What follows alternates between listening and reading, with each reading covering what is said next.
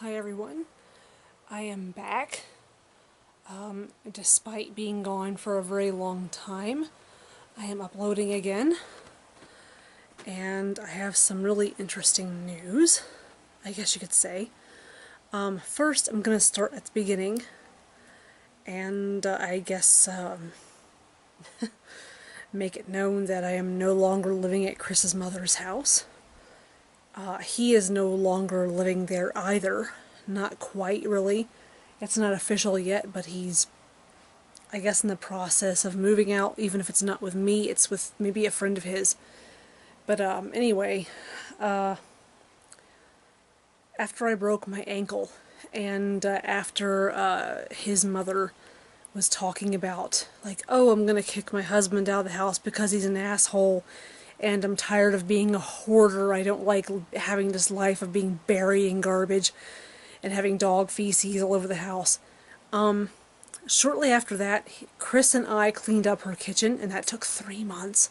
3 months to clean up a kitchen, to get it to where you could actually prepare food in there without it being, like, basically caked and coated with dog hair and other disgusting little things. Sorry, I'm having a hard time getting comfortable. Sorry. But, I'm having a hard time getting comfortable here. I've got new shoes on, so I'm still getting used to them. I've got to scoot around on this bed that I have now. But, yeah, after that happened, the cleaning up of the kitchen, and me breaking my ankle, and I guess if we're going to go in order here, me breaking my ankle, and then me cleaning up the kitchen. Sorry, I just can't get comfortable because I've got on these shoes and I'm on my bed and I'm just not comfortable. But anyway, yeah, she had been talking about kicking him out, and how he had said, oh, I'm gonna leave anyway because I don't want to get the house cleaned up. I want to continue living in piles of my own shit or whatever.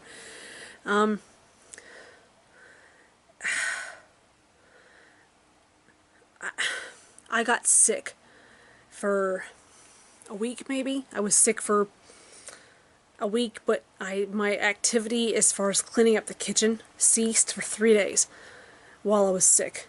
And then there was a period of time where I had to get caught up on things at work because I'd been out for a week. And then after that week was over, I went into the kitchen to, like, I don't know, fix a bowl of ramen noodles or something. And the kitchen was totally trashed again.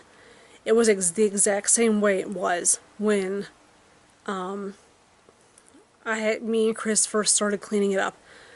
There was food and drink dribbles all down the cabinets, and there was dog hair coating everything, and there was trash all over the floor, and there was rotten food all over, left out all over the place, and dog hair on the floor caked everywhere, and so utterly cluttered and in disarray and disgusting that I wanted to call, like, Adult Protective Services right then and there. That's how bad it was. And shortly after that, like, I stopped cleaning up because I realized that, like, this bitch is not serious. She does not want this house cleaned up.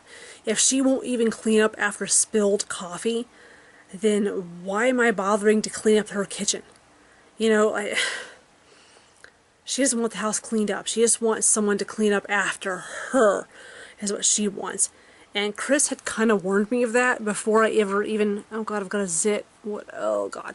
Before I ever even really became even that deeply involved, Chris had warned me that she was horribly lazy, and that she really just didn't want to clean up after herself, and that she just kind of wants to sit in her room all day and do nothing and have people clean up after her. He had warned me of that, and I just kind of thought, no, that's just because she's his mother and he doesn't want to have to just go along with whatever she wants. You know, it's him being defiant, I guess, is kind of how I felt. So anyway, after I got sick, I started to kind of, like, realize, like, you know, maybe he's right. And, it just kind of went downhill from there, because back in back in February, Chris was diagnosed with early stage prostate cancer. Now, he's 49 years old. He's in he's in good health otherwise, so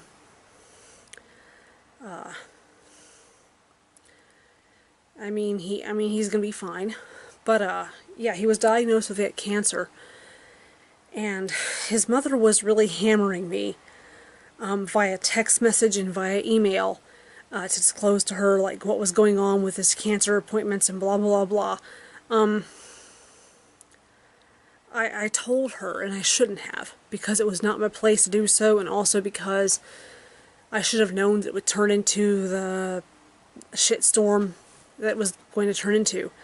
But apparently, okay, out of courtesy, not out of obligation, I told her through an email from my work email, Chris has cancer. And I regretted it almost immediately, because then it turned into about 100 emails a day from her coming to my work email. What's the latest on Chris's cancer? I want him to go get this treatment at a place that I say. And if he refuses, then I'm going to do this, this, and this. And if you don't help me make him do what I want him to do, then I'm going to do this to you, and I'm going to do that to him. It turned into threatening, like threats and harassment. I mean, hands down, terrible shit, okay? I had to read these terrible emails from her with my coworkers close by watching me. And so for a while after that, I just kind of fed her lines like, oh yeah, he's gonna, I basically just kind of told her what she wanted to hear, until finally I had a final straw with her, to where I said something to her like, is this really about you caring about Chris's cancer treatment, or is this about you wanting him to yield to your whims and desires? And also called her out because she was piggybacking a vacation onto his cancer treatment. She was insisting that he go to Florida for a cancer treatment, and that she would go too, and that while they were down there in Florida, he would do all the driving and take out the trash and clean up everything in the hotel room and everything. And it was very clear to me very early on when she started talking about this, that this was not about his cancer treatment or about her being concerned about his health. This was about her wanting a vacation, her wanting him to yield to her, and her sort of meshing it all together and piggybacking these things onto the fact that he had cancer, and basically using that as a leg of support for what she wanted, and sort of using that as an excuse to do all these other things. And it made me so sick, and I called her out on it, and she wasn't having that. But it also finally kind of hit me, like, anyone who talks like this, or who lives like this, first of all, with 3 feet of trash surrounding all sides of their bed, and refusing to get up and do anything, and refusing to even wipe up after spilled coffee, or they won't get out of bed to go to the bathroom, and they won't bathe themselves for days. I kid you not, this woman, like, I cleaned up the kitchen, and occasionally she'd get out of bed and come and, like, see what I was doing. And I don't think she even knows what's in her kitchen as far as cookware and supplies and silverware goes. She would get up and come out of her room, and I could smell her from 5 feet away. I was like, oh my god. And so, but anyway, it finally became very apparent to me that this woman and her husband are suffering from dementia. And, excuse me. Sorry, but I talked to Chris about it, and he said, yeah, she's been nuts for years.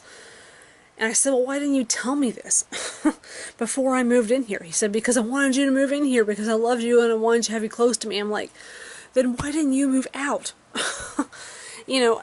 Moving in with someone you love doesn't just mean them moving in with you. It means that you can move in with them also.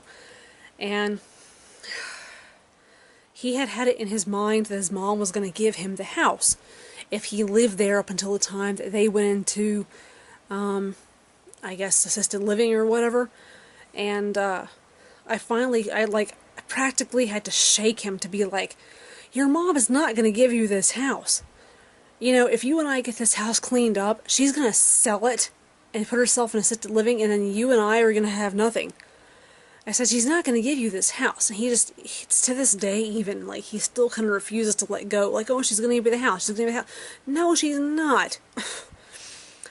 and actually, since I moved out of that house, it's become more and more evident to him. He's finally given up on that house, as far as having it, like, given to him one day. He's finally realized what a nut she is, because, honestly, since I moved out, it's been... Well, for a while after I moved out, it was maybe 20 emails a day from her. Like, every thought that passed through her vapid, insipid, evil fucking mind is turned into 20 emails to him, harassing him about, like, you didn't take the trash out before 5 o'clock today. Like, trash doesn't pick up until, like, 8 o'clock in the morning tomorrow, asshole. Like, he doesn't work. You don't work. If you want the trash taken out by a special time, then you need to get off your ass and do it yourself, or hire someone, because he's busy, okay? And if he's not busy, then he can get it done. It's not a big deal. Like, shut up. Like, she's a banana. She's just nuts. Like, she has a very distorted perception of, like, what day it is or what time it is, and a very distorted expectation of other people, and a very, I guess, a very distorted expectation overall of, or perception overall of what's going on around her. It got so ugly. I mean, when I moved out of there, like, I thought that when me moving out, things were easier for Chris, but instead they got worse, for him, because since I wasn't there to, I guess, be the go-between between her and him, she went right back to harassing him like she did before I moved in there, I guess. I mean, so much was revealed to me after I moved out, more so than when I moved in.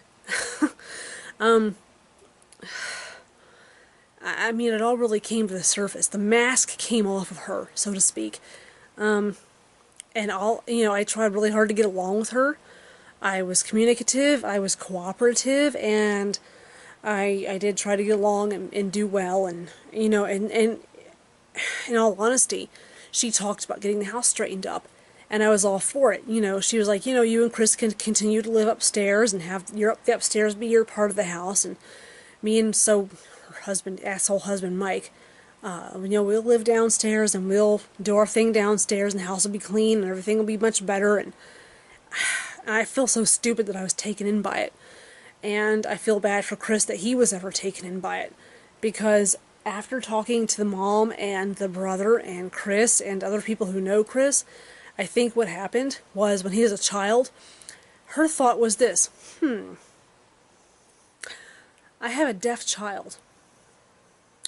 He's going to be a little bit behind and a little bit incompetent his whole life. You know what? That lends itself really well to keeping him uneducated, to keeping him stupid, and keeping him at home, and keeping him dependent, and keeping him at home. I think that she kind of had this in the back of her mind his whole life, that she was going to keep him stupid and dependent and keep him home. He's not stupid, that's the thing. Chris is actually very bright, and... but the thing is, he is rather naive, and I think that's what she was counting on her whole life. He has told me that no one has instructed him on the fact that people lie. He came out and told me that recently, like, no one ever sat me aside as a child and told me that people lie and that I need to be on my guard. I'm like, well, you're being told now. Your own mother is causing you to be on guard. Like, what are you... Oh my God. It's such a sad situation. I love Chris as much as I could ever love another human being. But, the situation that he's been in with his mother, it just makes my stomach turn.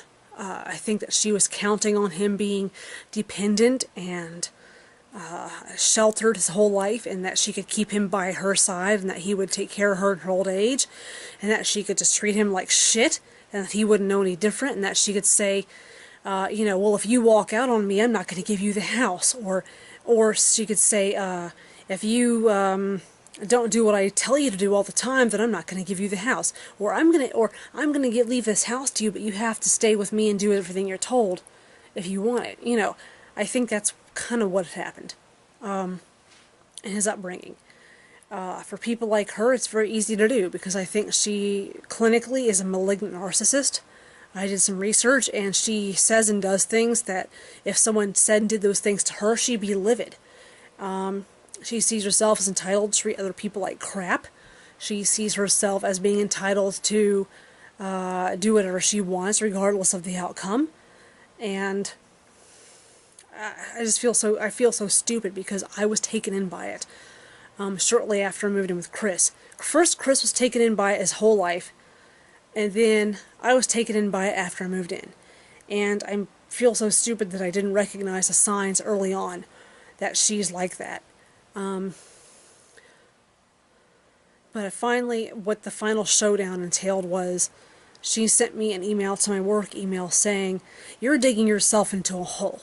I want to know what Chris's cancer treatment is going to be, and I want to know now, and you better cooperate with me or else I'm going to..." She made these terrible threats of things. She threatened me with things that she would do to Chris. And that's when I finally flat out told her, "I'm not telling you any more of anything. Everything I have told you has been out of courtesy, not out of obligation," and that I wanted her to never email me at work again. And that anything else she had, problem-wise, I guess, regarding Chris's cancer treatment, would have to be between her and Chris, and that Chris is an adult who can think for himself, and that if he doesn't want to run off to Florida for his fucking cancer treatment, that's his decision, and that I'm not gonna push her agenda on him. That just was not gonna do it. And that's basically when she got back saying, "Well, I want you out here by April 1st. And so I found that in an email when I got home, and I sent her like a 4-paragraph email back, basically calling her out on being an evil person, being absolutely insidious, and that she's controlling and zealous, and that she has no concern for Chris's welfare, that it's about her wanting him to yield to her, and that I was on Team Chris, that if she wanted to control him, she would have to go through me, and that whatever Chris wanted, I'd be behind that, and that I was not blind anymore to the fact that she did not want the house cleaned up. She just wants to live like a slob and have someone clean up after her, and that she was delusional.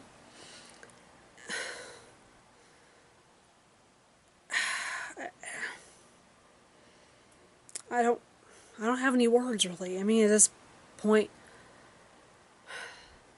and I called her out on the fact that she's addicted to online shopping, and anywhere from 12 to 20 boxes a day would be waiting on the front porch when I came home at night when I was living there. And she'd send me an email at work, "Oh, there's going to be packages in the porch because you put them in the garage." She wouldn't even open them. Like, I'd come home, there'd be all these boxes in the porch, right? And Chris would see them too, and there'd be an email from her saying, "Oh, put those in the garage." And I'm like, you just spent $500 on this crap. You're not even going to open it? And it would go in the garage, and it would pile up and pile up and pile up. Like, literally in their garage, you can't even see most of the garage. There's like this narrow walkway from the garage door to like the people door in the kitchen. And you have to step over stuff at that even. It's a fucking fire hazard. And the entire downstairs, the first level of the house, is a fucking fire hazard. Same thing, boxes, bags, garbage, everything else piled ceiling high in every room, except for the kitchen, because Chris and I cleaned that. Except for, by now, I'm sure they've completely destroyed it again. I'm sure that it's full of crap that she's purchased, or dog shit, or rotten food, or whatever it is that, you know, they've done by now. But yeah, the mask came off. I felt stupid. I had to get out of there. Chris helped me get out. Chris was very strong for me when I was moving out. I remember going down the steps carrying my stuff, and she would be sitting in the living room. And that's the only time she came out of her room, is after she told me to move out. And after I told her, I'm moving out and I don't want anything from you. I'm already going to be out by April 1st. I don't need you to tell me that. That's the only time she came out of her room. And Chris would be helping me carry stuff down the steps into his truck. And she'd start, like, saying things to try and pick fights with me and Chris. Or she'd be talking really loud, saying things to her husband, talking shit about Chris or about me, and I'm like, she knows I'm here and I can hear this, so she must have some motive behind doing it. And, like, or she'd be saying stuff about Chris, like, I'm like, bitch, he can't hear you, he's deaf. But honestly, the way she was talking, it's as though she did not anticipate me telling Chris that she was saying these things. I mean, the stupidity and the delusional... The delusions are just beyond comprehension. And I'm so glad I got out of there. And I'm really looking forward to Chris being out of there, because I think his mental state will be a whole lot better. He'll be in a better place mentally and emotionally. But anyway... Enough about that fucking terrible crap. I have another job on the horizon. I'm leaving UPS, regardless of whether or not that other job is on the horizon, because I just absolutely cannot take any more. Excuse me, I've been drinking. It's a burp. Yeah, at UPS... well, I guess my beef isn't really with UPS, it's with the account that I've been working in for the last 2.5 years. But, my old supervisor left back in February. And then, ever since he left, everything's been downhill. They posted the position open for a supervisor. I applied for it, I got interviewed, so did a few other people. The person they picked is absolutely incompetent. He's making no effort toward troubleshooting or strategic analysis or anything to make any improvements in the account.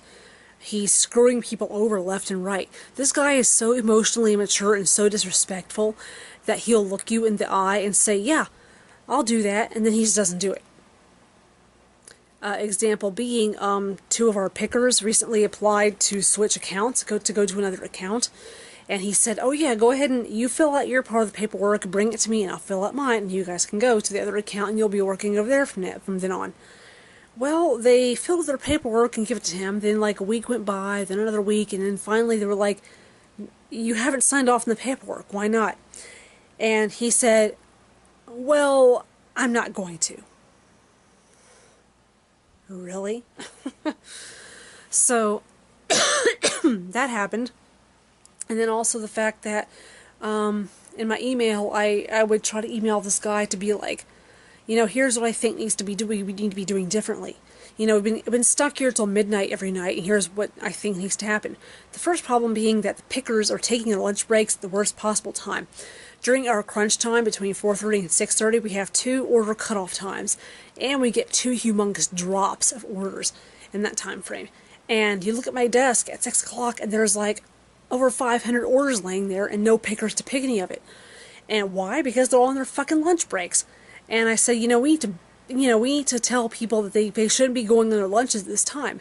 Yeah, it's a convenient time to go for them, but as far as getting out of here on time at night, they're going to be stuck here till 11 o'clock and then complaining about it. So tell them they have to take their lunch breaks before 4:30 and after 6:30, and then we can all get out of here before 9 o'clock and we'll all be happy. Well, he didn't want to hear that. I got no response from my email, and he wouldn't sign off on a request that I put in to be transferred to another account as a lead, not just order control, but as a lead. He refused to do that. Basically, it started the same way it started with the 2 pickers who asked to be transferred. He said, yeah, I'll sign off on that, just, give it to me and I'll take care of it, and nothing happened. So, things have gone downhill. They've been spiraling down ever since, and I just couldn't watch it anymore. So, on last Monday, I was so fed up and so furious that I basically just, got there at 10:30, and then it got to be like noon, and then it got to be 12:30, and then it got to be 1, and I was like, half the pickers have called in sick. I'm here by myself running order control, and no one's here to pick these orders, and I'm powerless to assign anybody to do anything. And then one of the supervisors came by and asked me to do inventory adjustments. I'm like, I'm not inventory control. I've never done adjustments a day in my life. I don't know what the fuck to do. I was like, on top of everything else I have to do, I'm covering order control by myself. I'm supposed to have a second person. He's not here. And on top of everything else I keep getting asked to do. It's like my work pile is here, right? Then ever since the new supervisor showed up, my work pile has been here. Now somebody else is telling me that my work pile should be up here. And I'm like, I'm not having it. Like, I didn't tell him that, but I'm like, this is fucking absurd. They're expecting way too much in exchange for way too fucking little. And other things that happened too. It's hard to explain because unless you've worked in a warehouse or unless you've worked in picking or order control scenarios, you're not really going to understand it. So I'm just going to skip all that and say I was so livid that I left. And this is very out of character for me. I don't just leave work. I got my car keys, and I didn't even get my jacket. I got my car keys, my sunglasses. I didn't even get my fucking lunchbox. I just left it in their break room refrigerator. I just got my keys and my sunglasses, and I walked out. I left. And then I got on my phone and emailed my supervisor saying, I'm absolutely sick to my stomach. I'm probably going to be out all week. This is really bad. And I got no response. That's the other thing that guy does. If you email him or if you text him when you're out saying, I'm sick, I'm going to bring in a doctor's note, he doesn't respond back. So for all you know, you could be a no-call, no-show in his eyes if he's not responding to you. You know what I'm saying? If they're not responding to you, you don't know that they got your text or your email. So in his mind, you could be a no-call, no-show with no response from him. Excuse me. And so I left, and then I went to my crazy doctor the next day, and I was like, I can't set foot back in that building unless I'm putting in a notice. And she said, well, okay, explain to me what happened. So I told her everything. I mean, I went into gross detail. She had no patience after me, so she was able to spend more time with me, and I told her every little fucking detail. And she was like, oh my God. She's like, so, I mean, I want to help you, but I don't know what it is you want me to do.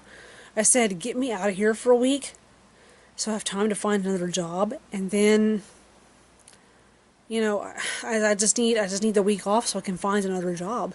Because I said, I know if I hit the pavement really hard and look for something, I'll find it. She goes, okay. She goes, I'm not really keen on doing this because this is really not something that I do. I said, I understand. I said, but you also have to understand that a lot of my like depression and anxiety issues are rooted in a job that I hate. And she said, well, that's very understandable, so here you go. You know, she signed off on the doctor's note and sent me on my way. And then that night, actually, I applied with a trucking company called CR England. And they called me the very next day and talked to me for over an hour. And since then, I have gone through a division of traffic physical, which means my physical exam in order to qualify me for having a commercial driver's license again. And now I'm going through the process of getting a Class A learner's permit. And if I get it this week, I will be going to Salt Lake City, Utah, and I will be going through truck driving school, and then I'll be making probably $60,000 a year, and then after 12 months I have the choice to become a trainer or to stay over the road.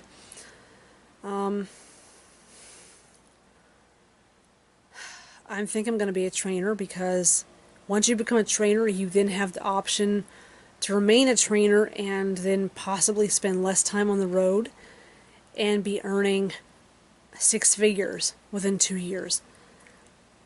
So, I mean, how the hell could I pass this up? I have fought and struggled so hard my entire adult life to get out of hourly wage hell. And I've always wanted to travel out west. And so, I talked to Chris about it, and he's fine with it. He's totally behind me. And he does not mind me being gone during his cancer treatment because his dad's going to help him with transportation and whatnot. He's getting radiation. He will not lose his hair. He will not lose his appetite. And he will be able to be relatively normal, like himself.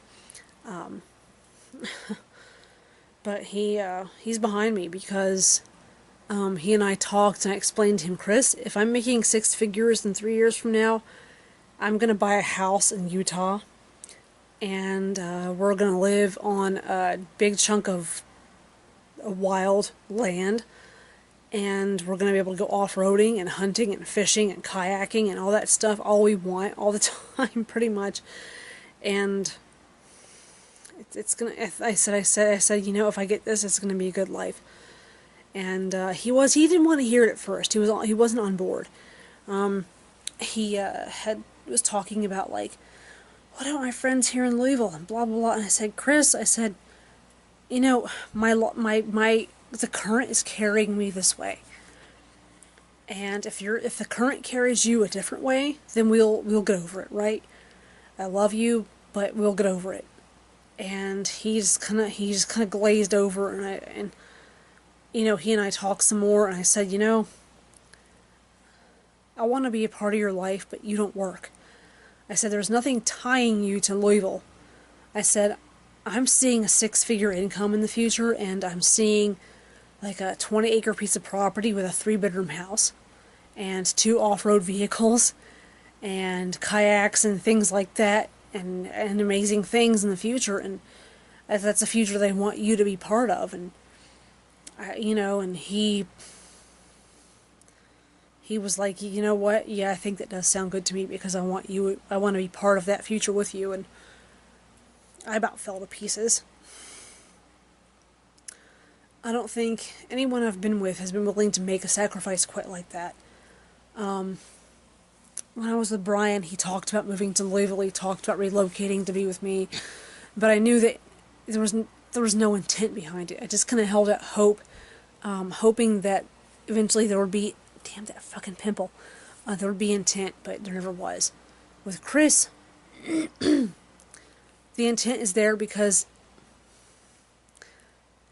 there are many things about Chris that are different from other partners I've had, to where I think he really truly wants to be with me.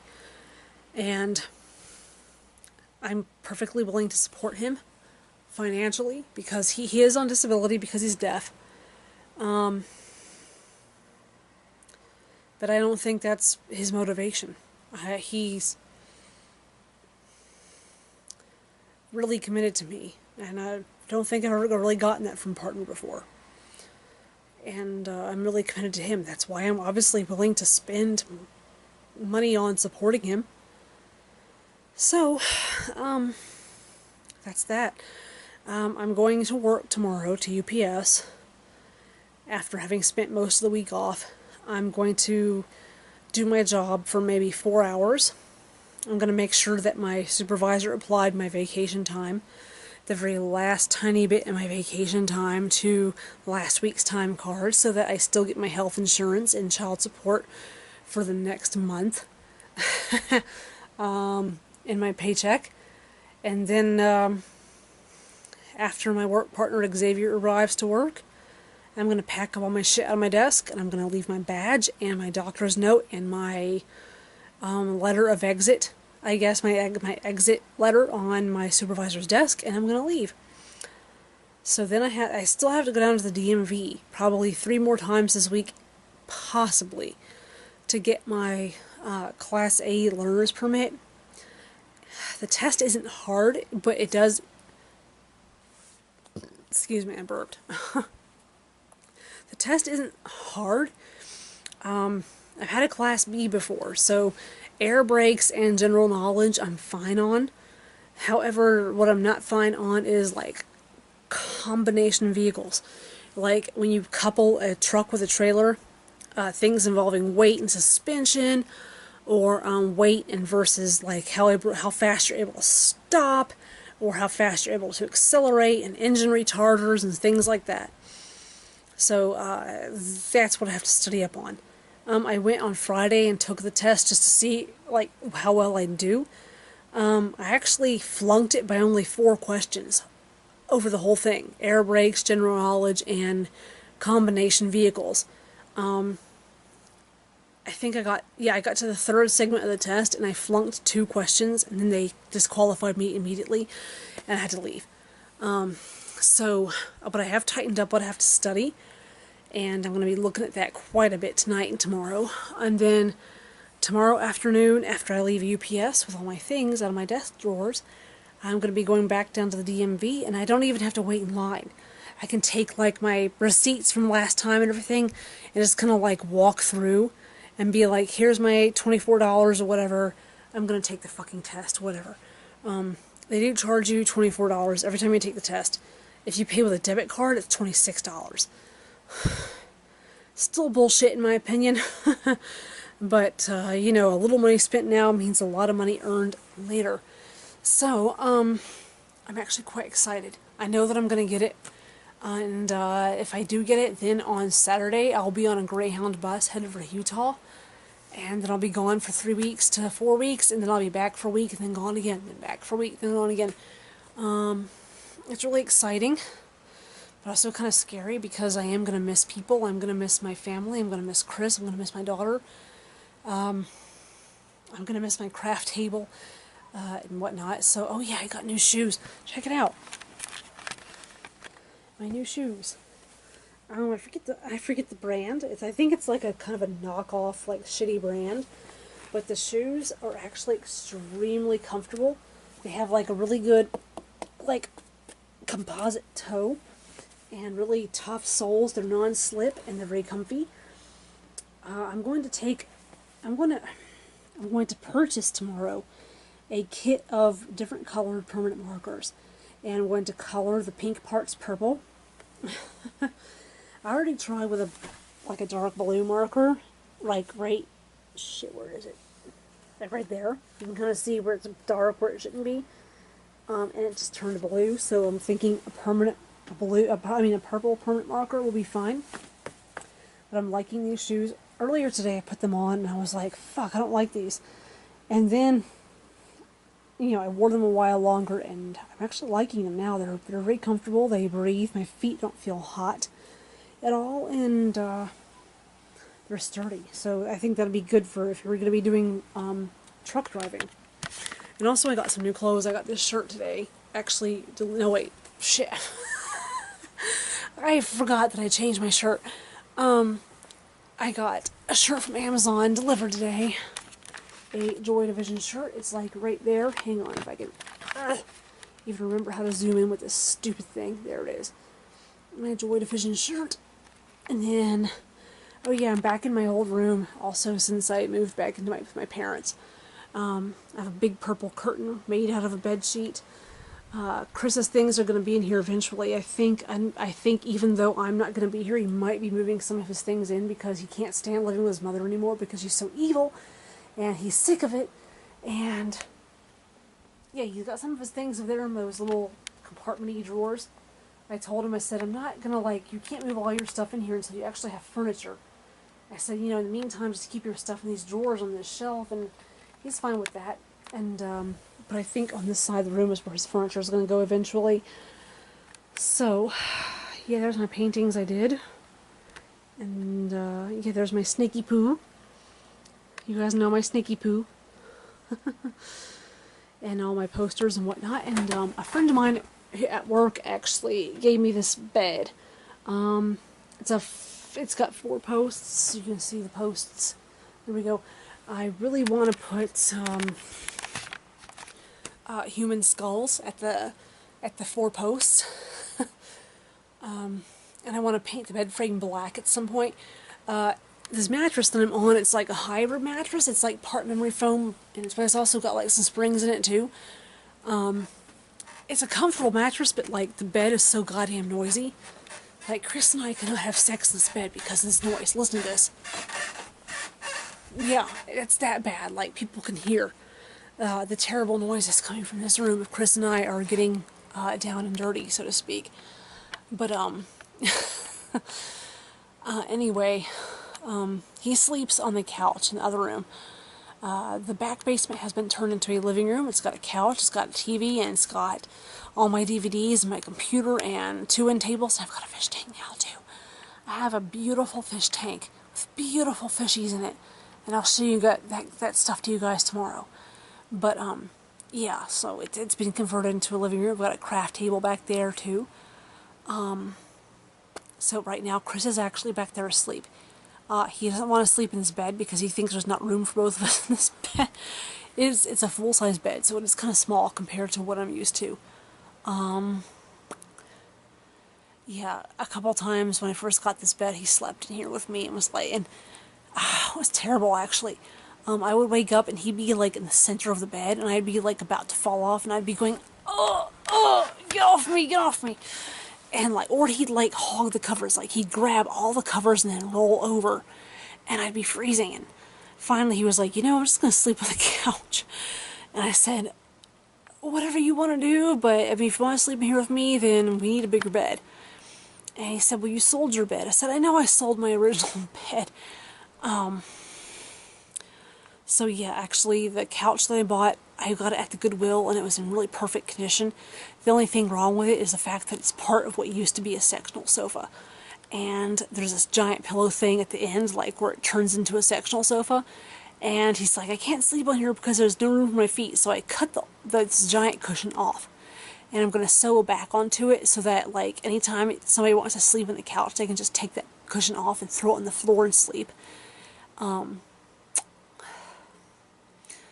Yeah, he rarely actually sleeps in a bed anyway. He sleeps on a couch or on the floor. He won't sleep in a bed very often. In fact, when I first got this bed, the only reason he slept in it was to placate me, really. Because I told him, I said, I don't want to sleep without you. And he was like, okay. And then it turned into me waking up wanting to, like, kill him, and him waking up wanting to kill me, and fighting over territory in the bed, and fighting over the covers and stuff. And so, yeah, he sleeps in the other room, and I sleep in here. Yeah, so, yeah, that's pretty much what's going on right now. I know this vlog has been kind of boring and lengthy, and I've been talking, but, I just want to put it out there, though, that, I'm really sorry I haven't uploaded in a long time. I haven't been myself. Being at Chris's mom's house turned me into a different person. I was so fucking depressed, and, like, so out of it. I just was not myself. But ever since I moved back in here, it's like my confidence has come back. It's like I'm back to being my old self, like the me who was like, you know what, I got anything, I can do anything. I'm not gonna let anyone manipulate me, or But when I was with Chris, it just totally changed. And his mom had such a way of getting a hold on people and getting them to do whatever she wanted by making promises and by, saying whatever she thought they wanted to hear. And that's not who I am anymore. That's who I was for maybe a couple months, but not anymore.